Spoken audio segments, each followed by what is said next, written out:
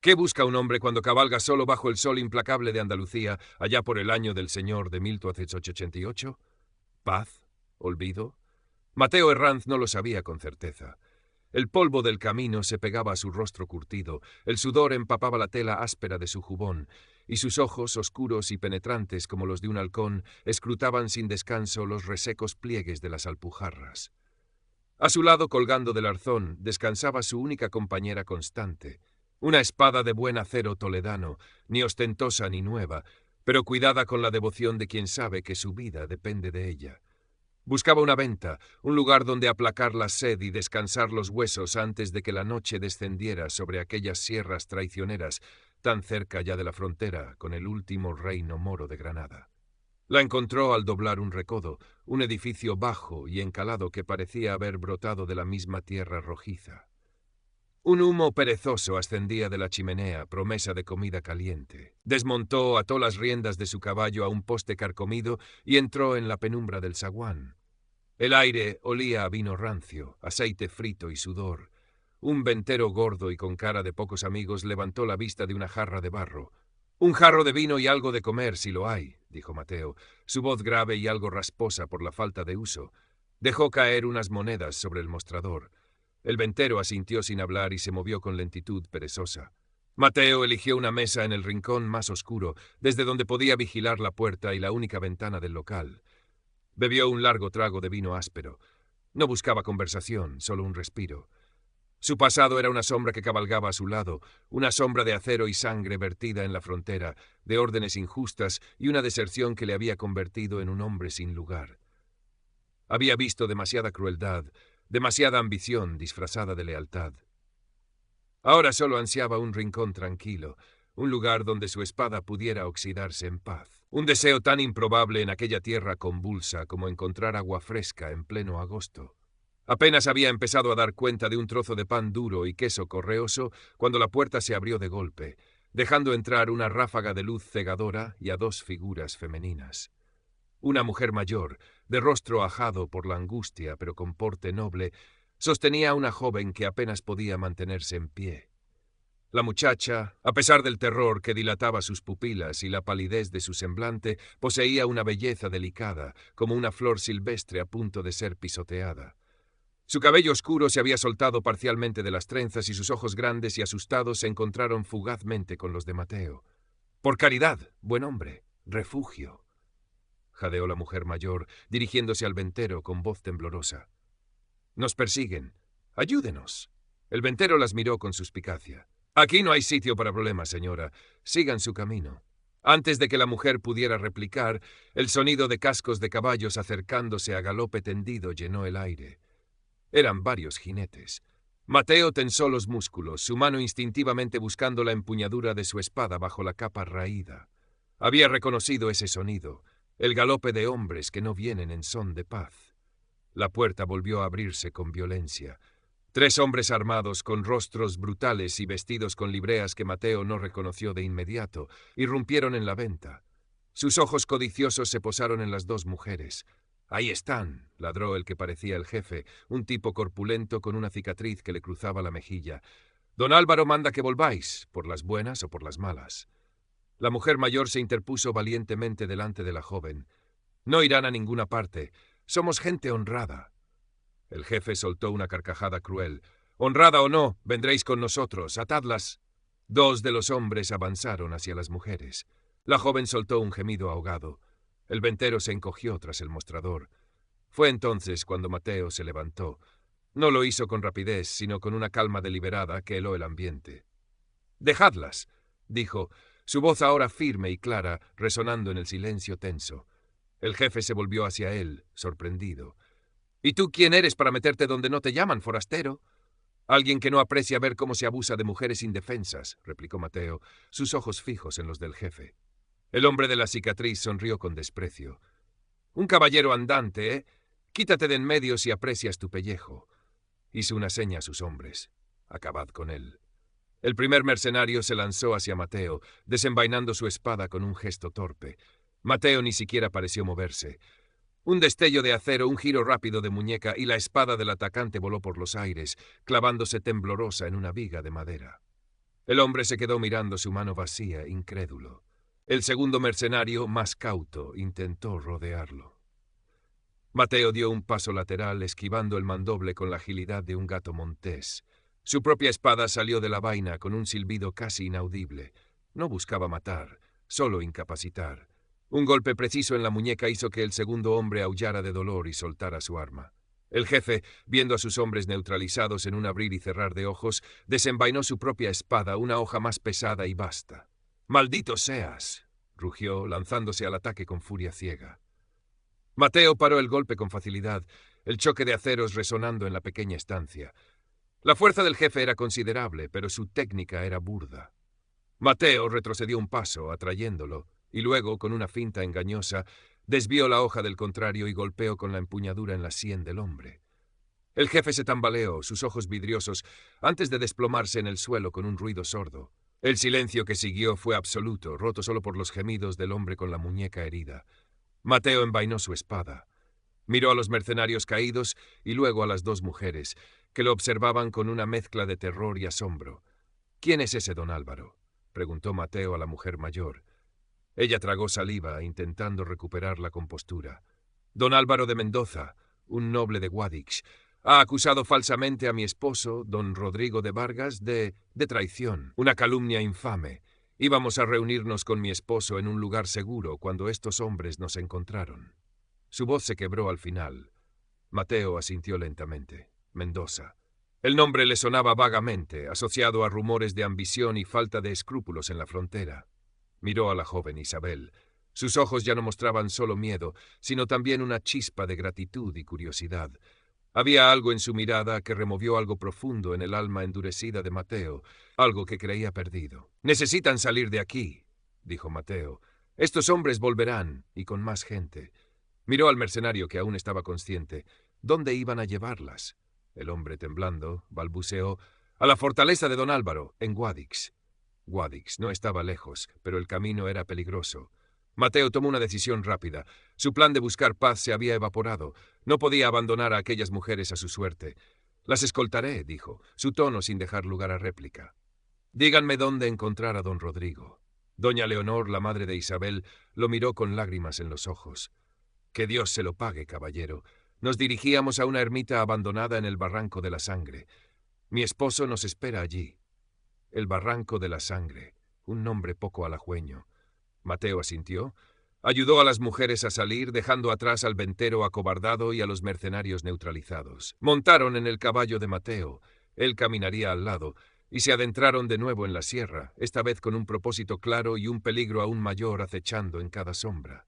La espada de Mateo ya no descansaba tranquila. El viaje por las Alpujarras fue arduo y tenso. Mateo guiaba al caballo con paso firme, sus sentidos alerta a cualquier señal de peligro. El sol castigaba durante el día y las noches eran frías en las alturas. Compartían la escasa comida que llevaban y racionaban el agua.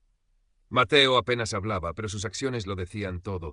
Buscaba los senderos menos transitados, elegía lugares seguros para descansar, se aseguraba de que las mujeres estuvieran lo más cómodas posible.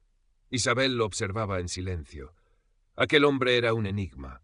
Su habilidad con la espada era asombrosa, casi sobrenatural, pero era su calma en el peligro, su mirada profunda y triste, lo que más la intrigaba. A pesar de su aspecto rudo y su laconismo, había en él una nobleza innata, una decencia que contrastaba con la brutalidad de los hombres de Mendoza. Empezó a sentirse extrañamente segura a su lado, una sensación que no había experimentado desde que la sombra de la traición había caído sobre su familia. Una tarde, mientras descansaban junto a un arroyo exiguo, Isabel se atrevió a preguntarle: «¿Por qué nos ayuda, señor? Ni siquiera sabemos su nombre». Mateo levantó la vista del arroyo donde rellenaba el odre. Sus ojos se encontraron con los de ella. «Me llamo Mateo Herranz, y las ayudo porque es lo correcto. He visto suficiente injusticia como para reconocerla cuando la tengo delante». Hubo una pausa, y añadió en voz baja: «Y porque nadie merece vivir con miedo». Sus palabras sencillas pero cargadas de significado resonaron en Isabel. Vio en sus ojos un destello del pasado doloroso que él insinuaba.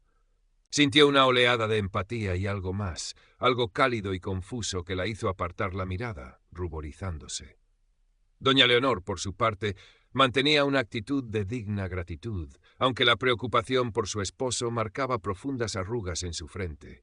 Hablaba poco del asunto, como si temiera que las palabras pudieran dar más fuerza a la desgracia.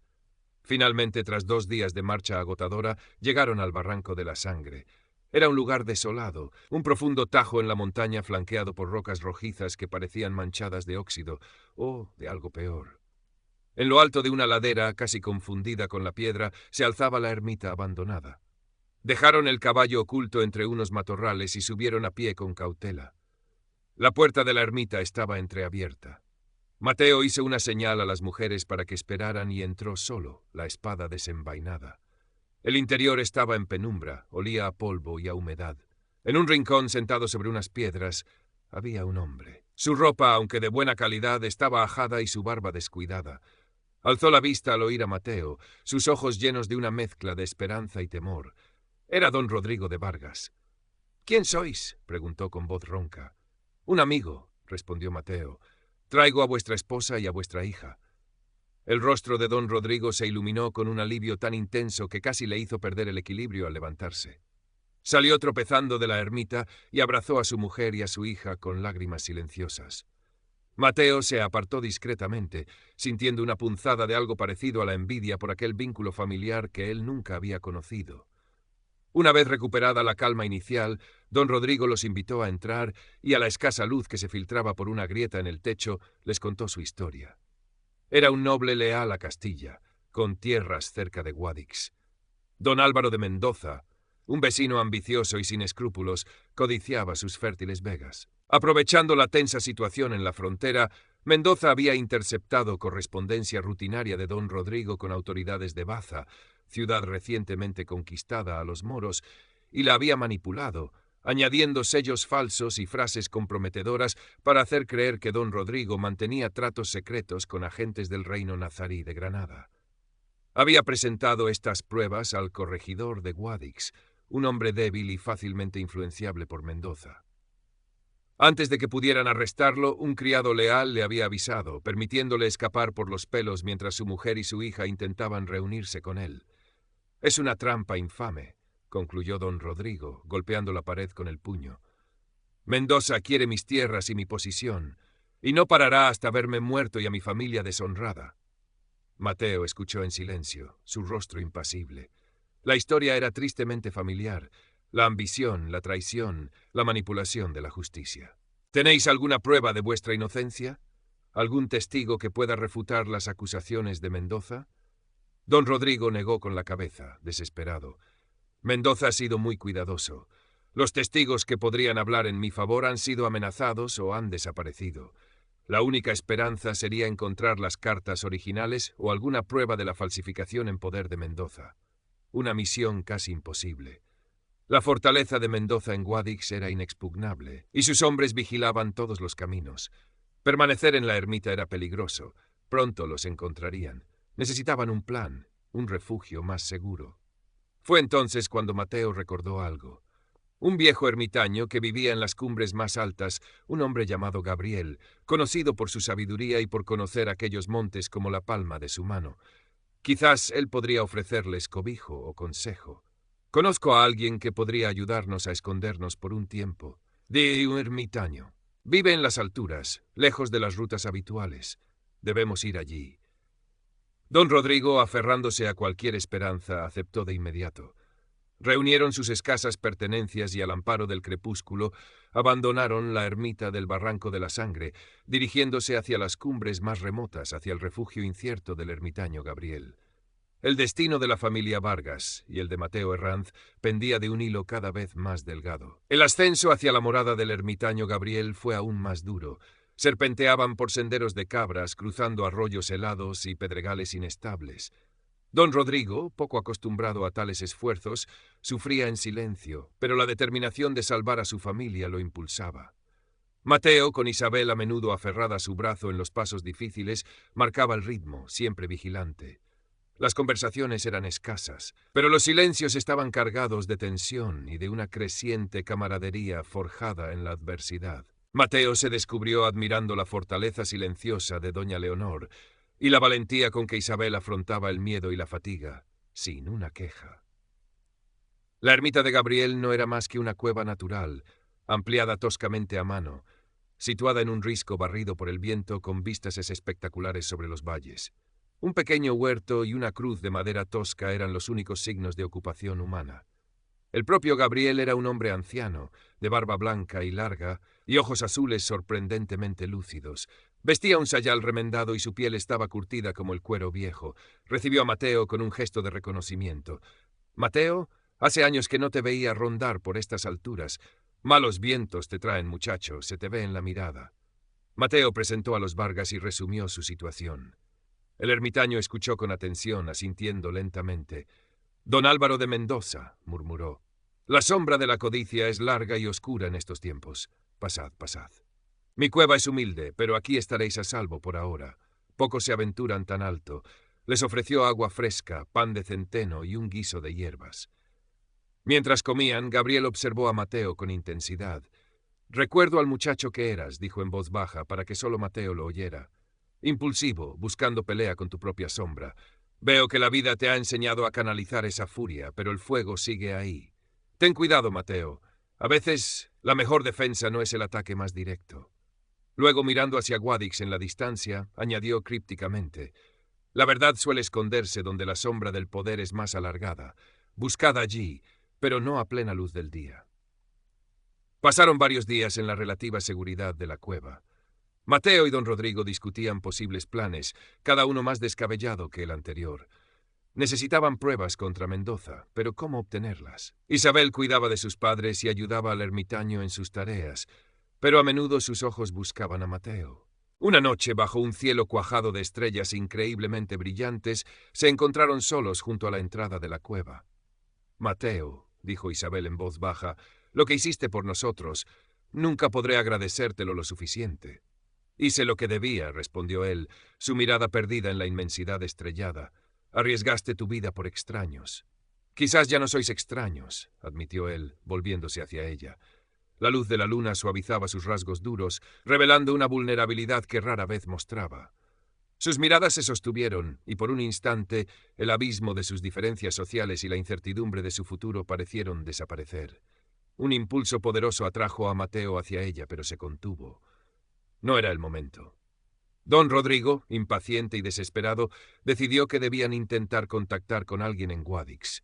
Tenía un primo lejano, un regidor, y también conocía al capitán de la guardia, un hombre llamado Jiménez, que siempre le había parecido recto. «Si pudiera hablar con Jiménez», murmuró. Mateo intentó disuadirlo. Era demasiado arriesgado, pero don Rodrigo estaba decidido. Aprovechando una ausencia de Mateo, que había ido a explorar los alrededores, don Rodrigo partió hacia Guadix, prometiendo a su mujer y a su hija que sería extremadamente cauto. Fue un error fatal. 2 días después, un cabrero que pasaba cerca de la ermita de Gabriel trajo la noticia. Don Rodrigo de Vargas había sido reconocido y arrestado en las afueras de Guadix. Lo tenían prisionero en la fortaleza de Mendoza y corrían rumores de un juicio sumarísimo por traición. La desesperación se apoderó de doña Leonor e Isabel. Mateo sintió una oleada de furia, tanto contra la imprudencia de don Rodrigo como contra la crueldad de Mendoza. Ahora la situación era crítica. Debían actuar y rápido. «Hay que sacarlo de allí», dijo Mateo con determinación. «¿Pero cómo?», sollozó Isabel. «La fortaleza es inexpugnable». «Quizás no tengamos que entrar en la fortaleza», replicó Mateo, sus ojos entrecerrados, pensando a toda velocidad. «Lo trasladarán, para el juicio, para la ejecución. Ahí estará nuestra oportunidad. Necesitaremos una distracción. Caos». Se despidieron del ermitaño Gabriel, quien les dio su bendición y un último consejo. «El lobo solitario es fuerte, pero la manada sobrevive mejor al invierno». Mateo entendió. Necesitaría ayuda. Descendieron de las alturas, buscando los caminos menos vigilados hacia Guadix. Mateo sabía que cerca de la ciudad merodeaban bandas de salteadores, hombres desesperados y proscritos que conocían cada sendero oculto. Eran peligrosos, pero quizás podrían ser útiles. Su plan era arriesgado, casi suicida, pero era la única opción que le quedaba para salvar a don Rodrigo y cumplir la promesa silenciosa que le había hecho a Isabel. La sombra del poder de Mendoza era larga, como había dicho el ermitaño, pero Mateo estaba dispuesto a adentrarse en ella para encontrar la luz de la justicia. Llegaron a las inmediaciones de Guadix al caer la noche, ocultándose en un olivar abandonado desde donde se divisaban las luces de la ciudad amurallada. La tensión era palpable. Doña Leonor rezaba en voz baja, mientras Isabel observaba a Mateo, su rostro una mezcla de miedo y confianza. Sabían que don Rodrigo sería trasladado al día siguiente a la Plaza Mayor para un juicio público, que no era más que una farsa para justificar su ejecución. Mateo dejó a las mujeres bien escondidas y se adentró en las sombras de los arrabales, buscando información y, sobre todo, buscando a la gente adecuada. No tardó en encontrar lo que buscaba. En una venta ruinosa y maloliente, refugio de contrabandistas y gente de mal vivir, oyó hablar de El Zurdo, el cabecilla de la banda de salteadores más temida y escurridiza de la comarca. Decían que era un hombre brutal, pero también astuto, y que odiaba a don Álvaro de Mendoza con especial virulencia, pues años atrás había perdido un ojo en una emboscada tendida por los hombres del noble. Mateo encontró al Zurdo y a sus hombres jugando a los dados a la luz de una fogata en un barranco cercano. Era un hombre corpulento, con un parche de cuero negro sobre el ojo izquierdo y una mirada astuta en el derecho. Lo rodeaban una docena de tipos de aspecto patibulario. «¿Quién eres tú y qué quieres?», preguntó el Zurdo, su mano cerca del cuchillo que llevaba al cinto al ver acercarse a Mateo. «Me llamo Mateo Herranz, y necesito vuestra ayuda para golpear a un enemigo común, don Álvaro de Mendoza». El Zurdo soltó una carcajada ronca. «¿Ayuda? ¿Y qué nos ofreces tú, forastero?» «Mi espada», dijo Mateo con calma, «y la oportunidad de devolverle a Mendoza algo del daño que os ha hecho». Explicó brevemente la situación de don Rodrigo y su plan para liberarlo durante el traslado. Los bandoleros murmuraron entre ellos. El Zurdo lo estudió detenidamente. «¿Y por qué habríamos de confiar en ti y arriesgar el pellejo por un noble? Porque odio a Mendoza tanto como vosotros, y porque si liberamos a Vargas quizás él pueda interceder por vosotros si alguna vez recupera su posición. Además», añadió Mateo, dejando caer la mano sobre la empuñadura de su espada, «puedo ser un aliado muy útil o un enemigo muy peligroso». Hubo un momento de tensión. Uno de los bandoleros, más impulsivos, se levantó con intención de amedrentarlo. Mateo no se movió, pero su mirada se endureció. El Zurdo hizo un gesto para detener a su hombre. Había visto algo en los ojos de Mateo, una determinación fría y letal que le resultaba familiar. «Está bien, Herranz», dijo el Zurdo finalmente. «Nos gusta tu agallas, y la idea de fastidiar a Mendoza nos agrada. Te ayudaremos. Pero si esto sale mal, estás solo». Pasaron el resto de la noche perfilando el plan. El Zurdo conocía bien las callejuelas de Guadix. Sabía por dónde trasladarían a don Rodrigo, desde la fortaleza hasta la Plaza Mayor, cruzando el barrio viejo. El plan era simple y brutal: crear una distracción masiva en un extremo del recorrido mientras un grupo escogido, liderado por Mateo y el Zurdo, atacaba la escolta en un callejón estrecho. Al amanecer, la ciudad empezó a agitarse. Se oían pregoneros anunciando el juicio público del traidor Vargas. Una multitud curiosa y morbosa comenzaba a congregarse en la plaza. Mateo se reunió brevemente con Isabel y doña Leonor.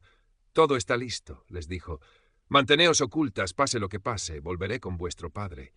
Miró a Isabel y en sus ojos vio una súplica silenciosa. «Confía en mí».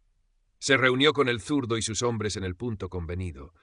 El corazón le latía con fuerza, no de miedo, sino de una mezcla de adrenalina y determinación. El momento se acercaba. Pronto se oyó el redoble de un tambor y el sonido de botas marcando el paso. La comitiva apareció al final de la calle. Don Rodrigo, encadenado y con aspecto abatido pero digno, flanqueado por una docena de guardias de Mendoza con el capitán Jiménez curiosamente al mando, aunque su rostro mostraba una tensión inusual. En ese instante un gran estruendo y gritos surgieron del otro extremo de la calle. Era la señal. Los hombres del Zurdo habían iniciado la distracción, volcando carros y prendiendo fuego a unos fardos de paja. La multitud empezó a correr, presa del pánico. Varios guardias de la escolta se volvieron, indecisos.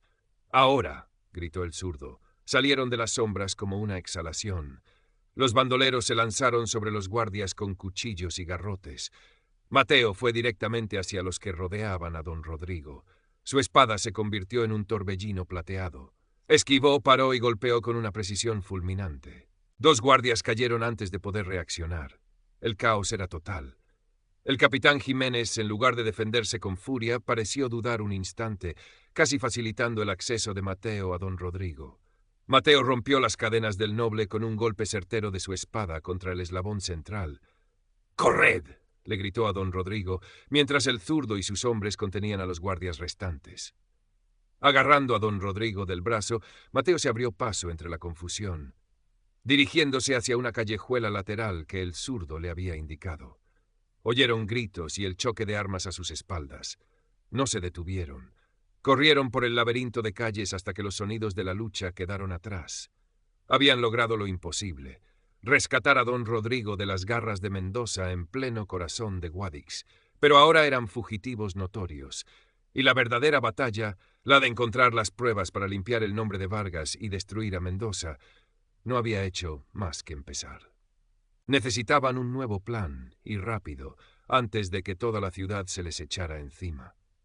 Se reunieron con Isabel y doña Leonor en el olivar, y juntos, guiados por un bandolero del zurdo, se desvanecieron de nuevo en la protección agreste de las sierras, dejando atrás una ciudad sumida en el caos y la furia impotente de don Álvaro de Mendoza.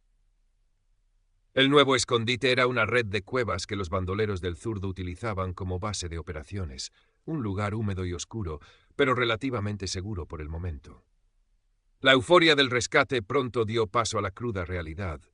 Don Rodrigo estaba libre, pero seguía siendo un traidor a ojos de la ley, y don Álvaro no descansaría hasta encontrarlos. «Necesitamos esas pruebas», repetía don Rodrigo, ahora con una nueva determinación en la mirada.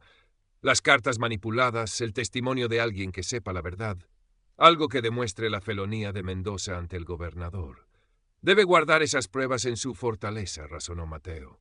«Es demasiado arrogante para destruirlas. Las considerará un trofeo de su victoria». «Entrar en esa fortaleza es imposible», suspiró doña Leonor. «Quizás no», intervino el zurdo, que se había unido a la conversación. Había desarrollado un respeto a regañadientes por Mateo. «Mendoza dará una gran fiesta dentro de 3 días. Celebra el compromiso de su sobrina con un hidalgo de Granada. Habrá mucha gente, música, vino. La vigilancia podría relajarse». Una idea audaz comenzó a formarse en la mente de Mateo. Una fiesta podría ser nuestra oportunidad, una distracción mayor que la del otro día. Mientras todos están pendientes del festejo, alguien podría colarse en sus aposentos privados. ¿Colarse? El zurdo enarcó una ceja. La fortaleza estará llena de guardias, incluso durante la fiesta. «Pero conocerás los puntos débiles, las rutinas», insistió Mateo, «y tus hombres pueden crear una diversión fuera de los muros, algo que atraiga a parte de la guardia». El zurdo se rascó la barbilla. «Podríamos simular un ataque a las puertas o un incendio en los establos.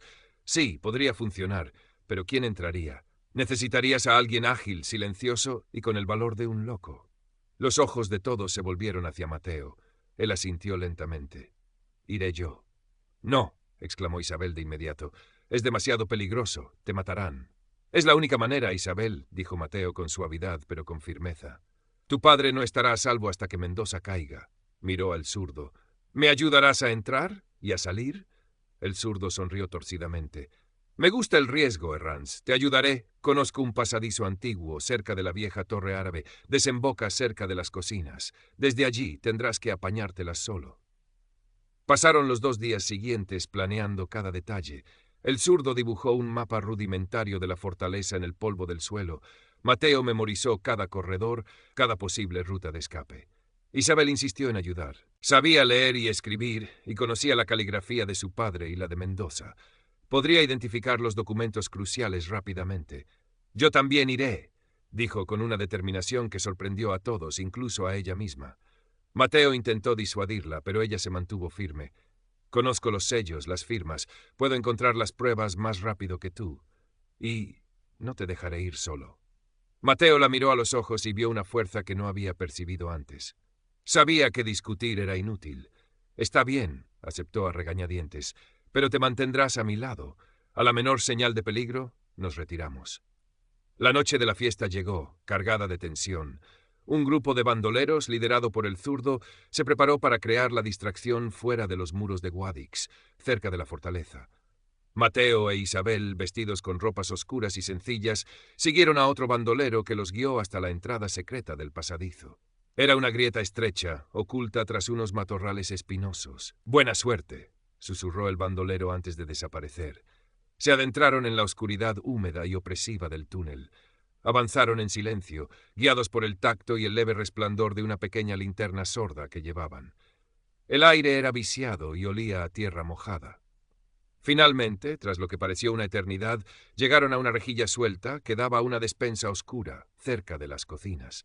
El ruido y el olor de la fiesta llegaban hasta ellos, música, risas, el aroma de carne asada y vino.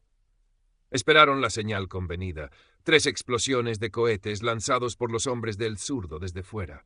Cuando el tercer estallido iluminó fugazmente el cielo nocturno, Mateo forzó la rejilla y salieron a la despensa. Cruzaron las bulliciosas cocinas sin ser vistos, mezclándose con el ir y venir de sirvientes atareados. Subieron por una escalera de servicio hasta el piso principal. Se movían con sigilo por los pasillos menos concurridos, evitando las zonas donde se congregaban los invitados. El objetivo era el ala privada de don Álvaro, donde probablemente guardaría sus documentos importantes. Llegaron al despacho de Mendoza. La puerta estaba cerrada, pero no con llave. Mateo la abrió con cuidado. El interior era lujoso, tapices flamencos, un escritorio de nogal macizo, estanterías llenas de libros encuadernados en cuero. El aire olía a cera de velas y a vino caro. «Rápido», susurró Mateo. «Busquen el escritorio. Yo vigilaré». Isabel se acercó al escritorio y empezó a revisar cajones y legajos con manos temblorosas pero eficientes. Mateo se apostó junto a la puerta, aguzando el oído. El tiempo corría en su contra. De repente, oyeron pasos acercándose por el pasillo. «Escóndete», siseó Mateo. Isabel se deslizó detrás de unas pesadas cortinas de terciopelo justo cuando la puerta se abría. Era don Álvaro de Mendoza. Entró en el despacho, seguido por el capitán Jiménez. «¿Estás seguro de que nadie sospecha, Jiménez?», decía Mendoza con voz untuosa. «El rescate de Vargas fue un contratiempo embarazoso». «Nadie sospecha de mi lealtad, mi señor», respondió Jiménez, aunque su tono carecía de convicción. «Creerán que fui sorprendido como los demás». «Más te vale», dijo Mendoza con frialdad. Se acercó al escritorio y abrió un compartimento secreto en el lateral, oculto tras una moldura tallada. Sacó un pequeño cofre de madera. «Aquí está todo. Las cartas manipuladas, la confesión forzada de ese criado que convenientemente desapareció. Pruebas suficientes para enviar a Vargas al garrote y asegurarme sus tierras para siempre». Mateo e Isabel contuvieron la respiración. Ahí estaban las pruebas. Mendoza dejó el cofre sobre el escritorio. «Ahora, ve y asegúrate de que la guardia esté alerta. No quiero más sorpresas». Jiménez asintió y salió del despacho. Mendoza se sirvió una copa de vino, contemplando el cofre con una sonrisa satisfecha. En ese momento, Mateo supo que tenía que actuar. Salió de las sombras. ¿Buscaba algo, don Álvaro? Mendoza se giró bruscamente, derramando el vino. Sus ojos se abrieron con incredulidad y furia al reconocer a Mateo. «¿Tú? ¿Cómo has entrado aquí?» Su mano fue instintivamente hacia la daga que llevaba al cinto. «Digamos que conozco las sombras mejor que usted», replicó Mateo, desenvainando su espada con un movimiento fluido. Isabel salió de detrás de las cortinas, agarrando el pesado cofre. «Tenemos las pruebas, Mateo». «Maldita seas», rugió Mendoza, lanzándose hacia Mateo con la daga. A pesar de su edad y su ligera cojera, Mendoza era rápido y traicionero. Intentó apuñalar a Mateo por debajo de la guardia, pero éste desvió el golpe con facilidad. La espada de Mateo mantuvo a raya al noble. Sus movimientos eran precisos, defensivos. No quería matarlo allí, solo reducirlo y escapar con las pruebas. La lucha fue breve, pero intensa. Mendoza, desesperado, cometió un error, abriendo demasiado su guardia. Mateo aprovechó la oportunidad, golpeando la muñeca de Mendoza con el pomo de su espada. La daga cayó al suelo con un tintineo. Con un rápido movimiento, Mateo lo desarmó y lo empujó contra la pared, colocando la punta de su espada en su garganta. «Se acabó, Mendoza», dijo Mateo con voz gélida.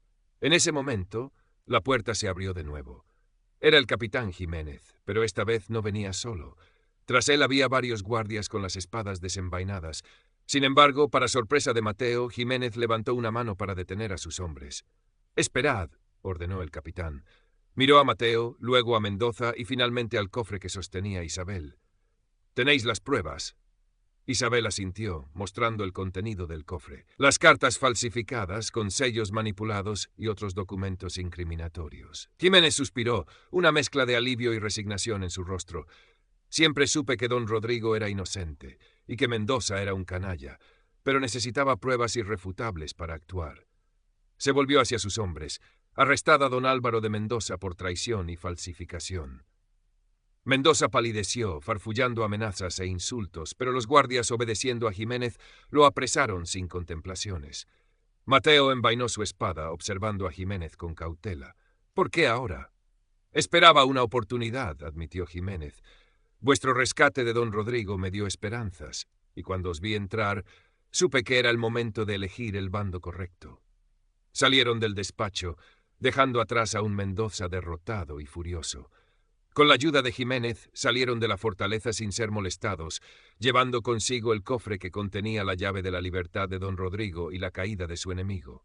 La noche aún no había terminado, pero la parte más peligrosa de su misión había concluido con éxito.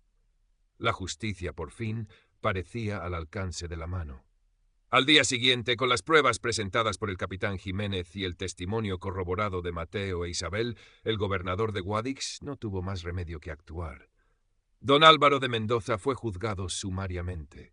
Las pruebas eran abrumadoras, no solo la falsificación contra don Rodrigo, sino también evidencias de otros abusos de poder y extorsiones.